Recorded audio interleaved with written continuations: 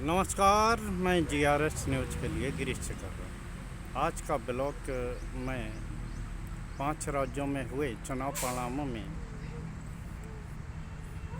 सटीक विश्लेषण करते हुए बताना चाहूँगा कि आखिर इन 5 राज्यों में हुआ क्या। अगर विकास के सहारे ही चुनावी जीत मिल गई होती तो आखिर भारतीय जनता पार्टी को SIR व उस फ्री बीज को बांटने की क्या ज़रूरत पड़ती, जिस फ्री बीज को लेकर देश के प्रधानमंत्री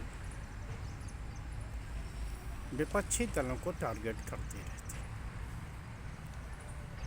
5 राज्यों के जो चुनाव परिणाम निकलेंगे उसमें क्या होगा क्या नहीं, इसके लिए हम सभी लोगों को 4 मई का इंतज़ार तो करना ही पड़ेगा, जिस दिन EVM की मशीनें खुलेंगी। लेकिन जैसा कि मैंने आपको इस ब्लॉग के शुरुआत में ही बताया, किस प्रकार से आप ये तय मान लीजिए कि इन 5 राज्यों में वही गठबंधन या वही राजनीतिक दल जीतेगा जिसने चुनाव के दौरान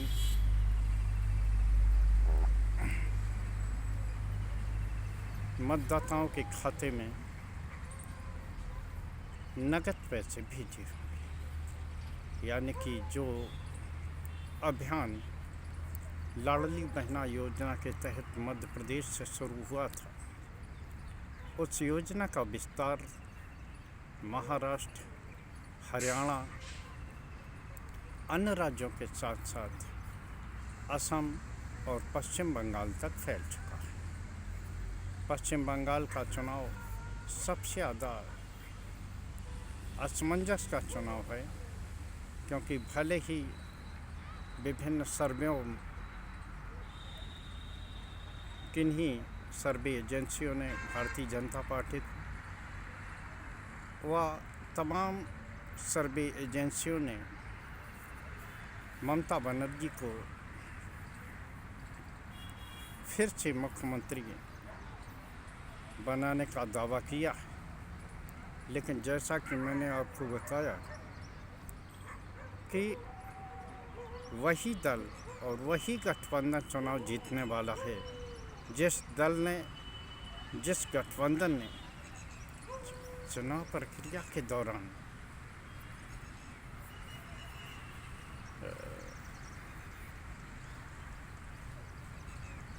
मतदाताओं के खाते में नगद राशि डाली है। निश्चित तौर पर असम में हेमंत बिस्वा शर्मा ने किस प्रकार चुनावी प्रक्रिया के दौरान महिला मतदाताओं के खाते में 9,000 रुपये भिजवा दिए। पश्चिम बंगाल में भी ममता बनर्जी ने लाखों महिलाओं के खातों में किस प्रकार से 1,500 रुपये की राशि भिजवाई है, जो कि करोड़ों तक पहुंची है। तो निश्चित तौर पर आप ये तय मान लीजिए कि इन राज्यों का चुनाव परिणाम, भले ही आप ये कयास लगाते रहें कि क्या होगा क्या नहीं होगा, लेकिन आप ये तय मान लीजिए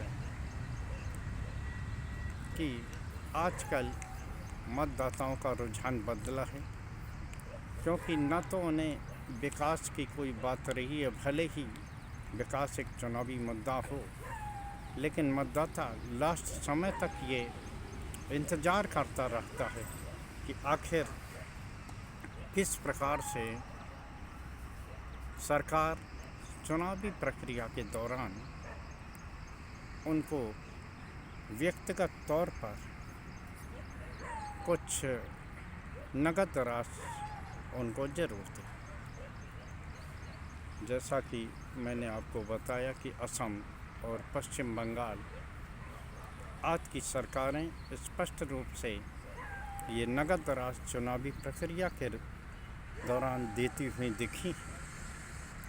और आप तय मान लीजिए कि 4 मई को जो परिणाम निकलेंगे वो निश्चित तौर पर इन महिला मतदाताओं के सहारे, जिनके खातों में चुनावी प्रक्रिया के दौरान पैसे नगद राशि पहुंची है,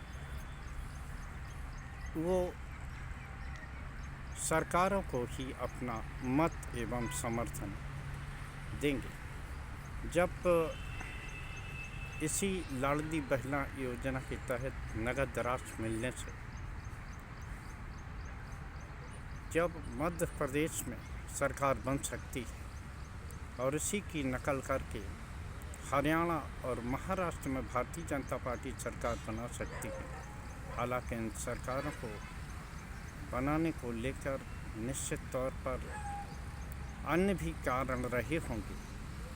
पश्चिम बंगाल में भी अगर ममता बनर्जी चुनाव जीतती हैं या हारती हैं तो उसके पीछे न सिर्फ SIR प्रमुख कारण होगा, बल्कि अगर जीतती हैं तो महिलाओं को 1,500 रुपये जो प्रति माह देने की बात सरकार ने की है और नगद राशि भी उनके खातों में भेजी है, तो निश्चित तौर पर इसका असर तो पड़ा है।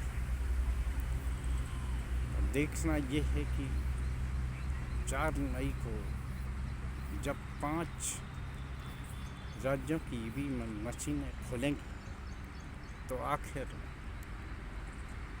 क्या आम जनता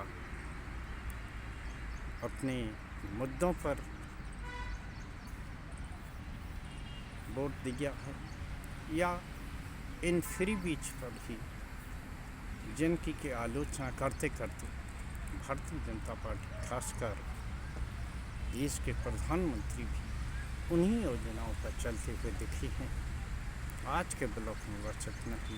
जय हिंद, जय भारत। कल फिर किसी नए मुद्दे पर आपके साथ जुड़ने की कोशिश करूँगा।